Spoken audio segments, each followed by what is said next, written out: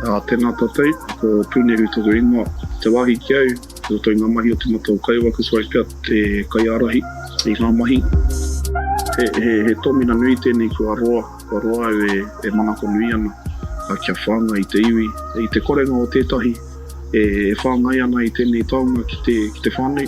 i tērā tau, i puta te hiropu kapahaka, i noho wānanga mātou ki te pai o auraki, ka puta anti te puna te hi kōrero,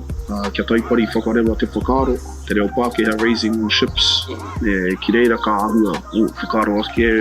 oira taku hia nui, o taku iwi i roto i enei mahi, nā kona, ka timata taku i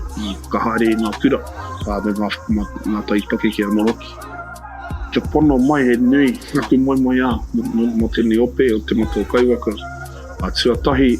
ka timata ki ngā pakeke, ko te hia nui, kia piki taumata rātou, e pai ai tā rātou hoki, ki o rātou iwi, me te whāngai, i a pare hauraki whānui. Nā reira, ka timatau ki ngā kura, o pare hauraki, ka timatau hei tūapapa, te tōmina nui, 5 taupea, ka puta rātou ki te whāngai, kia haki na tonu tia, ngā mahi. Ia rāpare, 5 ki te waru, kei Thames High School mātou. Nā reo ki konei ki Hoterini mātou e haratau ana, ki te kore koe āhei te whakapā mai, i Turangi, kei Korara mātou e haratau ana.